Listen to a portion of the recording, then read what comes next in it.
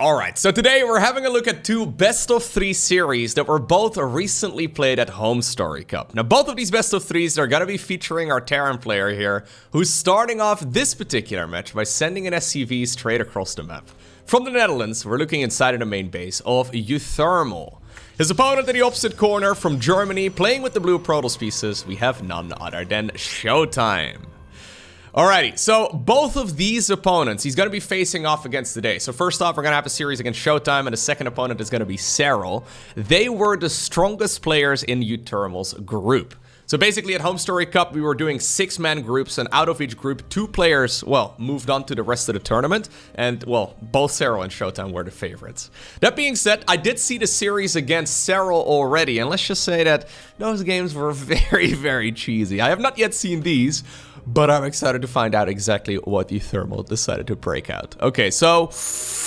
Ooh, what? How was that not in range? That was dangerously close. I think if the SCV was right over here when that probe was building, or sorry, when that probe ran by, when the SCV was building right over here, I mean, it's complete RNG. You can't actually control where that SCV is located. I am fairly sure this would have been scouted. Either way, ShoWTimE is going to send the probe across the map, and he will see a whole lot of nothing. Now, in case you're unfamiliar, uThermal doesn't really play the game as seriously anymore as he once used to. So there's a very good chance that ShoWTimE is going to be playing this incredibly safe. There's no denying that uThermal could still be playing a scary macro game, but I think in a straight-up game, in a straight-up series, he would not be the favorite. I think ShoWTimE is basically favored against everybody, other than a very select group of people, but ShoWTimE is incredibly good at playing straightforward StarCraft 2. So I think it's safe to assume that he, as well as Serral later, they're going to be playing a very defensive game, trying to just, well, prevent uThermal from dealing the damage that he has got prepared. Alrighty, so, first Reaper coming up. Are we going to go for a second one? No, we're going to go ahead and add on a tech lab here instead. There's a factory building as well inside of the main base of the Terran, and, oh, here's that Reaper being a bit of a nuisance. It's a Stalker first right here from ShoWTimE, so that's nice. One probe has gone down. Don't lose the Stalker. Okay. Yeah, he's going to be able to chill right over there inside of that bunker for a bit. SCV here in a pretty tucked away position. Difficult for a melee unit to hit it, but it can always pop into the bunker as well if that Stalker decides to get a little bit adventurous. Stargate coming up inside of the main base here of our Protoss. Starport building on the other side of the map. So this is a Reaper into a Marauder push, which is very interesting. I'm assuming we're looking to, at the very least, kill this natural expansion. That would make things a little bit better, but this is not a strategy we very commonly see. There's still no expansion here for Terran either, right? So we'll have to find out exactly what his follow-up plan is going to be as well, because so far this is all a little bit dangerous. Now, this is a problem here, right? That shield battery is going to be absolutely fantastic. Not just against the Reaper, not just against the bunker, but especially against these bad boys that are already running in. The Marauders. Did I call them Immortals earlier? I may have. I usually call them Immortals, Marauders. Whatever it is, man. It doesn't really matter all too much. They are already packing a punch, though. Stalkers are starting to fall. Okay, looks like the Reaper here eventually does die. But now the shield battery on the low ground has finished, and that is absolutely amazing. Stargate at this point is done here for ShoWTimE. He's not actually producing anything out of it just yet. Stalker spreading its wings, man, trying to be extra wide right there, and eventually he did prevent those Hellions from moving up towards the high ground. Oracle right now on the production tab as well. I think that's going to be incredibly helpful, because none of these Terran units, last time I checked, are able to shoot up. Stimpack actually fired off here as well. Okay, that's a long upgrade. It's going to be ages until that one is done. I guess we do have an ambition, let's call it that. We do have an ambition to eventually maybe get some Stimp Marauders going, which would be amazing, but it would also be, well, a long way off in the distance. Okay. So what exactly are we gonna do, well, with the Oracle? The Oracle should just be able to destroy everything, right? I mean, there's nothing here that can shoot up. So just activating the Pulsar Beam. I mean, he could even send it in for the counterattack. I wouldn't even mind that, but I think just... Okay. He's trying to pick up the weakened units. Yeah, just activating the Pulsar Beam over there. That was awkward. Almost looked like it had an air-to-air attack as well. It doesn't have that. You know what? This Oracle is actually surprisingly unproductive. Yeah, Void Ray on the back it is. Normally, Void Rays are considered to be one of the worst units at this level of play, but I actually don't disagree with ShoWTimE. I think consistent damage output, it's something that can get rid of that medevac, is a much better choice. And actually, you know what? These Marauders are starting to lay down the law. We do have a armory on the back of this as well, but now that Void Ray is up in the air, and the Void Ray is actually incredibly good. Yeah, he's gonna try and hunt the main base mineral line right now. Stimpak is actually on the horizon here. It's gonna be a while still, but Stimpak would be amazing. The problem is that Void Ray is dealing with everything. Yeah, second Void Ray coming up as well. We have a Viking building inside of the main base. That's nice and all. A lot of probes have gone down as well. That's nice and all, but the Nexus still lives. And most of the Protoss probes are still around. A dangerously close game though. ShoWTimE, of course, well, one of the very best Protoss players in the world. You can see that he is still definitely struggling a little bit, even though he was fully prepared to have to deal with some of this sort of shenanigans. Pylon has been built over here. I wouldn't even mind seeing a pylon over there as well, just to try and be an absolute nuisance, but obviously ShoWTimE does not have infinite amounts of money here. Oracle did get a couple kills. I'm assuming it got pushed back by that Viking or something along those lines. I must have missed that on the screen, but anyways. Stimpak at this point may be done, but so is this barracks. That barracks is not going to be able to produce anything anymore moving forward. There are still a few Hellions here trying to be annoying. There's the Stimpak coming up. Stimpak finishing here is actually such a baller move, but good control right there by ShoWTimE. Getting the battery overcharge started. And I think these Void Rays, man. Yeah, normally they're a questionable unit, but I think in this scenario, they're actually the perfect choice. There's not a lot of moments where I would be making a Void Ray, but I think in this particular situation, the unit is as good as it's gonna be. Alright, all of this has been shut down. uThermal decides to go for an expansion on the back of this. That's his second command center right now, building inside of the main base. But of course, now is the time for ShoWTimE to strike back. He's finally managed to secure the low ground. He has pushed back that Terran army. All of the structures on the other side of the map are gone. Now it's time for him to go on the offensive. And this should be where he can just flex that economy of his, right? Maybe he doesn't have the superior units, but he's got a lot more production. Those Vikings are trying their very best to get rid of the Void Rays, which is nice and all, but the real problem right now is this Stalker army, right? Those Stalkers can pack a punch. Now, landed Vikings also actually deal bonus damage against mechanical, so the Stalkers could certainly go down, but I think there's a little bit too much, and GG indeed is cold. Gresvan is going to be game number 2 in this best of 3 series. There's going to be an early probe scout once again. It's heading straight towards the other side of the map, and it will see a barracks inside of the main base. That's nice and all, but already, haha, another SCV snuck away from the main base, and a second one as well. Okay, now that's a little bit funky. Double gas in the main base gets scouted though here, which is real nice. Barracks is finishing up, so is uThermal gonna go? Okay, no, he decides to go for a Reaper. I think that makes a lot of sense. Is he gonna go for like a proxy factory? That would be a little bit silly, but certainly something he could consider. Yeah, exactly, that's what it is. A factory has been proxied on the other side of the map. SCV number 2, okay, also decides to patrol back and forth over here. Maybe it is going to be making the starport or something like that? Or a second factory, sure. Okay, we have a double proxy factory right here on Gresvan. Standard opener, it seems so far here for ShoWTimE. He's going to be going straight into the Stalker once again. I think that's an excellent choice.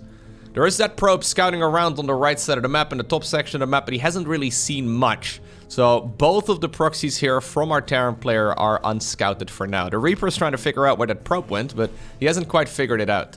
Looks like there's a reactor in the main base and an armory on the back of this too.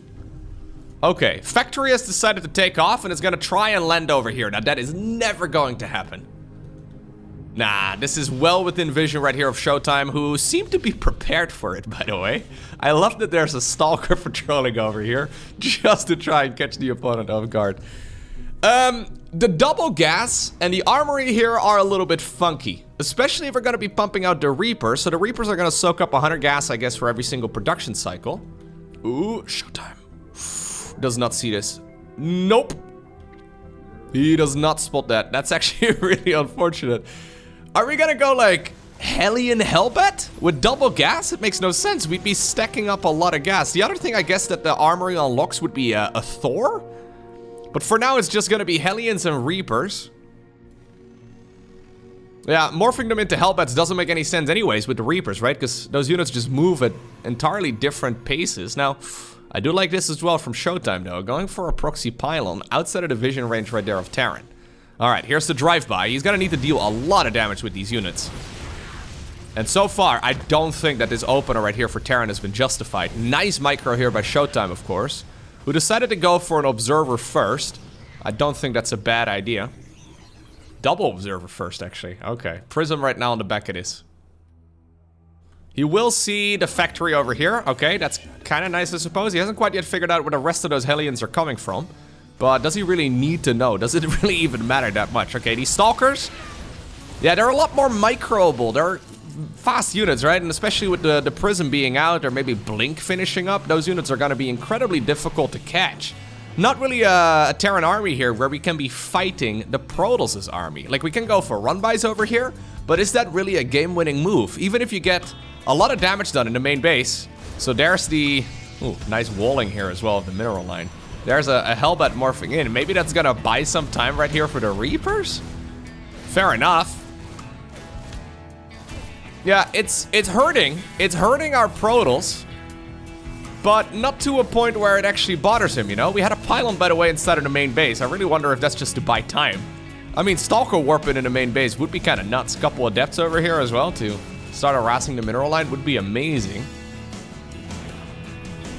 So, okay, we are gonna produce a tech lab over here. Did that other factory go down? Yeah, the other factory indeed did end up getting sniped. Did the second factory ever get spotted here? No, he does not actually know about the second proxy factory, which is very cheeky. We still have that armory in the main base. I wouldn't mind seeing a Thor here, honestly. I think it's the only thing that makes sense. We have way too much gas for anything else, and there it is. It's a Thor, quote-unquote, rush from uThermal. I don't know if this was the original intention. Maybe he did just want to go for Hellbats, but I question that decision. Okay, nice little bit of pickup micro right here by ShoWTimE, though. He knows he can get out of here pretty easily. I mean, he might lose a Stalker or two, but already a lot of damage has been dealt. 35 Protoss probes currently available. The grenades are annoying, right? A lot of the Terran units here are dealing damage, but at least 4 of the Stalkers should be able to get out. Nice little bit of pickup micro here as well by our German. Okay, in the end, maybe not flawless, but it's plenty good enough. There's Blink coming up. Thor is gonna be airwares, or is gonna be hitting the battlefield as well.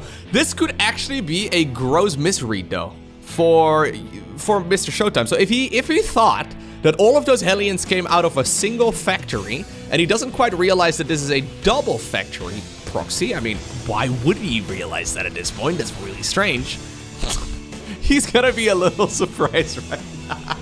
ShoWTimE must be looking back at his natural expansion. He's like, wait, what?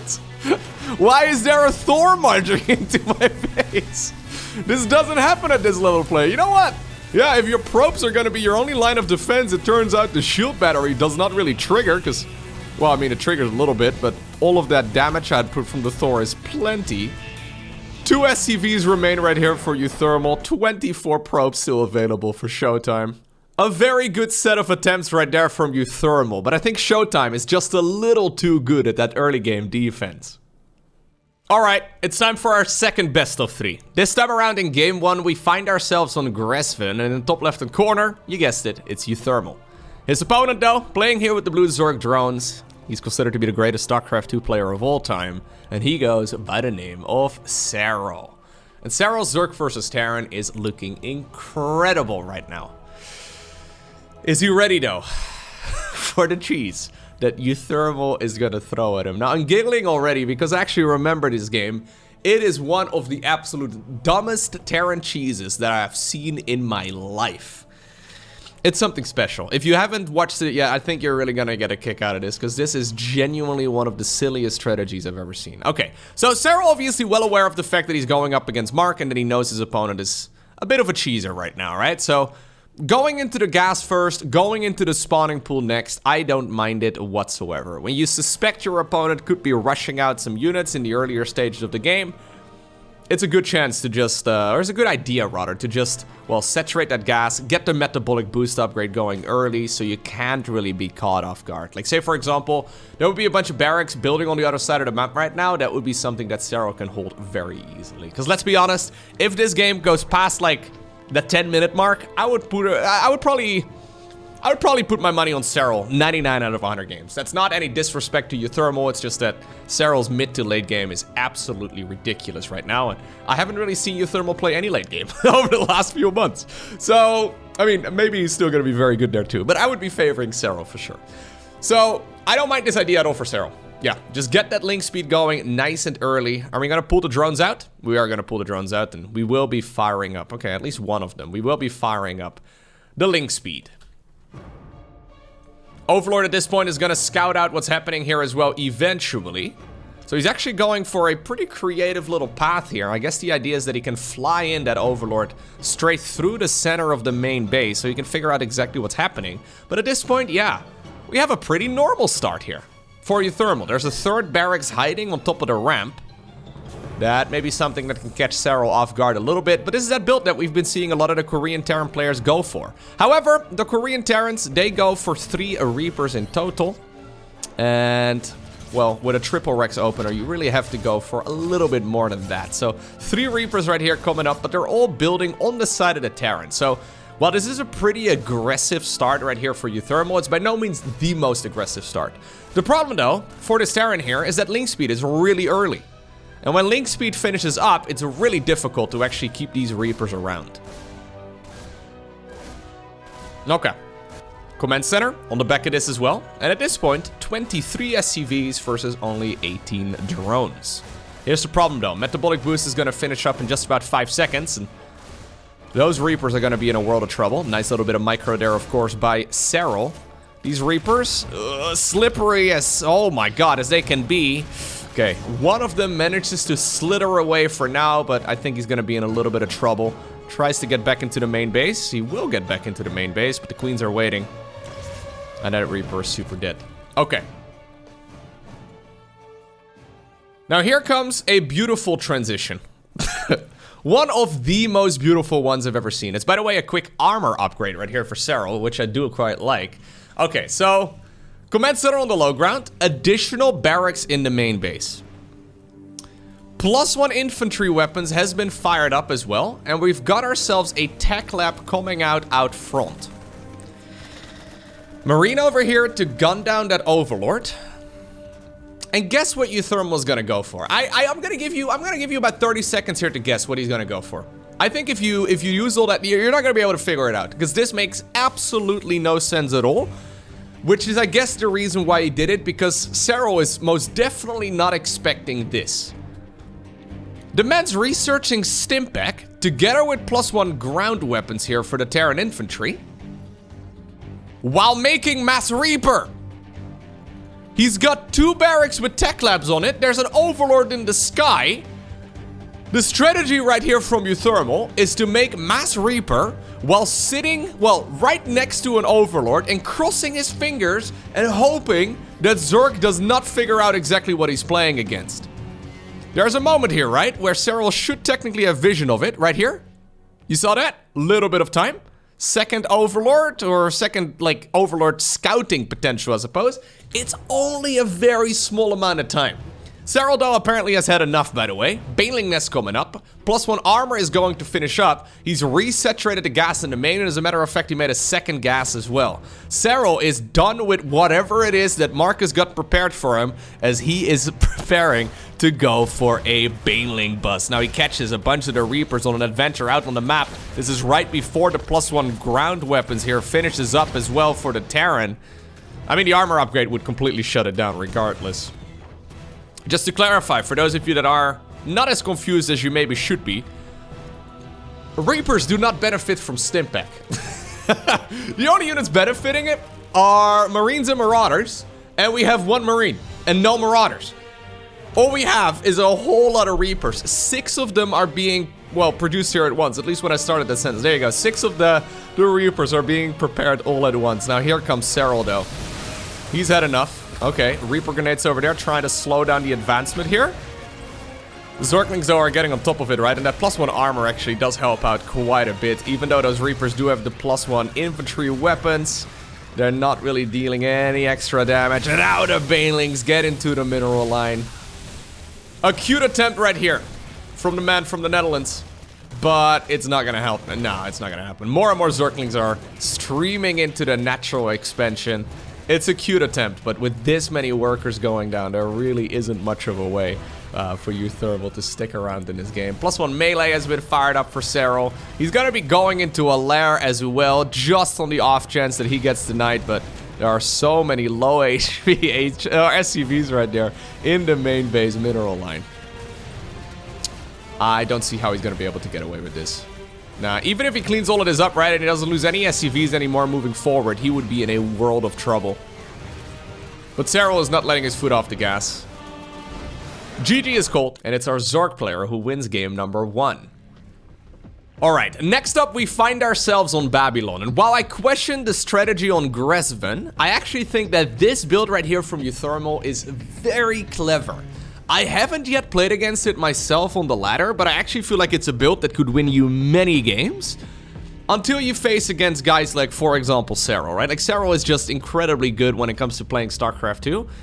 But you'll see what he decides to do against this particular opener right here from uThermal. So I don't know if you're going to be able to expect or predict the next pivot right here from the Terran, because it is definitely a little bit funky. Single barracks right here on top of the natural high ground, and now a command center on the back of this. Okay, so not a double rack start, but a command center much quicker. Single gas as well in the main base, so this Vespene Geyser currently not acquired just yet. Supply depot starts up as well. All of this is looking pretty normal. Serral decided to go for, I believe, a 17 supply spawning pool into like a 17 hatch. Something along those lines, so link speed is not going to be as quick here. But of course, this means that he can start pumping out the queens a little bit easier. And he's just going to have a slightly bigger economy here in general. Factory coming up as well, right next to the structure. I mean, you could criticize the positioning right here of these structures, but that's really about it, right? This is all relatively normal. SCV here available. Or, well, you're an SCV now, sorry, buddy. No, Marine over here available to push back that Overlord Scout. And I believe this is about the time that Mr. Thermal here decides to make his strategic decision. Now he's gonna need a little bit more money for it. But very soon. There we go. He decides to fire up a Ghost Academy. 2 minutes and 40 seconds or so on that Ghost Academy start. When's the last time you've seen a Ghost Academy rush against Serral? I don't remember. I don't actually know if it's ever happened before. Probably not since Serral was in Platinum League, and I have a hard time imagining Serral in Platinum League. That's just one of those things you have, you know, like, for example, your teachers in elementary school. Can you imagine them as kids? Right, it's kind of like imagining Serral in Platinum League. It's just weird, okay? It doesn't really happen. I highly doubt that was ever the case. He was probably born in GM. But anyways, Ghost coming up right here for uThermal. So Ghost Hellion, this is only step 1 of the master plan, okay? And I actually think it's very clever. I'll explain as this progresses why I think it's so smart. We're gonna start up the harassment here. So, Hellions show up, Serral making additional queens here. He's gonna go for a Roach Warren, that's not really too surprising at all. But he's gonna be facing off against, now this could be an excellent scout right here, not gonna happen. Alright, he's facing off right here against a normal early game. Now all of a sudden though, there's a Ghost reporting for duty. Serral's not gonna see it until pretty late. He is gonna get a scout off of the opponent's main base, so that's nice and all, but yeah, while you will see the Ghost Academy here eventually, I think that's probably gonna be after the very first snipe goes down on Brenda. Brenda's dead. Bullet between the eyes. A little sad here for Brenda. Okay, so queen number 1 has gone down. Overlord also got popped out of the sky. Starport coming up right now here for uThermal, who's mining 4 gases. And the fact that he's mining 4 gas is basically impossible right now for Serral to scout. The goal right here for these Reapers, or sorry, for these Ghosts rather, is not to necessarily deal damage to the mineral line. It's to deal damage to the queens. So we're playing this very cautiously. Serral has at this point sent out a bunch of Zerglings up north. But the idea is to try and kill as many of the queens as possible, and then to suddenly appear in the opponent's main base with battle cruisers. So when you think about it, what are Zerg's options in the earlier stages of the game to deal with, well, battle cruiser play? I can only really come up with Spore Crawlers and Queens, right? Like, those are really your only options. Not until the Spire is done, which is quite a transition from Zerg. Not until the Spire is done, so you need a Lair, and then you need the Spire, and then you need the money to actually make like a round of like 6 or so Corruptors. Do you actually have a reliable counter? So as long as those Queens disappear out of the equation, there you go, you can deal a tremendous amount of damage. So this is not an army right here from the Terran that is necessarily trying to kill economy here. It's an army that is trying to kill the Queens. Double battle cruisers after ghost production. Yamato Cannon coming up. Yamato Cannon, another upgrade that can take care of 2 Queens just like that. At this point, only 3 Queens are available. Serral does fire up additional Queen production, but he has no clue what he's playing against at this point. I mean, he's got a Lair. He's really only thinking about road speed at this point. He's not assuming that his opponent is going to be going for any sort of, well, battle cruiser follow-up. Overseer Scout, though, is headed in this direction, and this is a really beautiful scout actually here from Serral. Perfect scout, as a matter of fact. Alright, he sees the Yamato Cannon research. He sees starport number 1. Will he see starport number 2 as well? Does it even really matter? This scout over here is absolutely pivotal because it allows Serral right now to go for a Spire, to go for Spore Crawlers. Oh, here's the Spire. Spire right out front here. Anyways, to go for Spore Crawlers, to go for Queens, to go for the Spire. That scout right there in a crazy game like the one that we are watching is very obvious, right? In hindsight, like if you're playing this game in hindsight from the replay, you're like, yeah, of course I should have done that. When you're actually under this much pressure though, while you're playing the game, it's very difficult to make that decision. And despite the fact that he scouted it, these battle cruisers are still showing up, and the Queens do not have a lot of energy. There's a few transfusions available, but it's really nothing all too impressive. Backup Spire, by the way, here, built by Serral. And this is quite clever, because of course Yamato Cannon can be used on the Queens, sure, but it can also be used... Oh my god, that's so close. Okay, it is going to end up falling here. It can also be used to gun down the Spire itself. A lot of Zergs will only have 1 Spire at this point in the game, and with the Spire going down, there's really not a whole lot you can do against the battle cruisers. There's another one right now on the production tab. Okay, the rest of that Terran army is back home. We're gonna try and finish this one off. He's putting a lot of money into it. He's gonna sacrifice the battlecruiser for it. But luckily for Serral, the decoy Spire worked. He's got another Spire building right now in the natural expansion. At the same time, we do have a push over here. Okay. Don't think this is really gonna achieve too much, and apparently uThermal's thinking the same thing. He's gonna teleport that battlecruiser across the map. 2 more BCs right here on the production tab. Excellent crisis management here, of course, by Serral, right? Like, I mean, the fact that he's now currently at, well, a 4th hatchery, and he is just producing like an absolute champ, and he's handling all of this brilliantly is just kudos to him. But imagine this strategy against, I mean, players below this skill level, genuinely. It's not a Terran build here that requires a whole lot of... Like, it's not super difficult to execute, okay? It's not necessarily the hardest Terran build. The hardest parts here are, well, the micro, of course. Keeping those units alive and actually making sure you control this properly. But build order-wise, it's not very complex. I can imagine that a lot of Terran players will be more than capable of playing this. And I would wager that the vast majority of the Zergs have never seen this before, and they would absolutely not know how to deal with it. Serral has not seen this before, but, you know, he is Serral. Hellion run by over here, trying to get some work done. At this point, though, the shenanigans has been held. 3rd command center, flying on down towards the low ground, and actually the 12 drone kills here are very, very nice. My main concern is the next counter-attack right here from the finisher, so... Yeah, sure, you've done a lot of damage, but you haven't won the game, right? And that may very well be the most important part. Corruptor Roach is a very powerful unit composition. Queens obviously are, yeah, nice for base defense here. The Ghost can maybe snipe a couple of the Roaches, maybe a few of the Corruptors, but that's really not the most amazing thing. If the Ghosts take damage, yeah, their channeled ability is also cancelled. Do we have Tactical Jump? We do have Tactical Jump available. He's trying to repair it, though, because he needs these units at home to defend.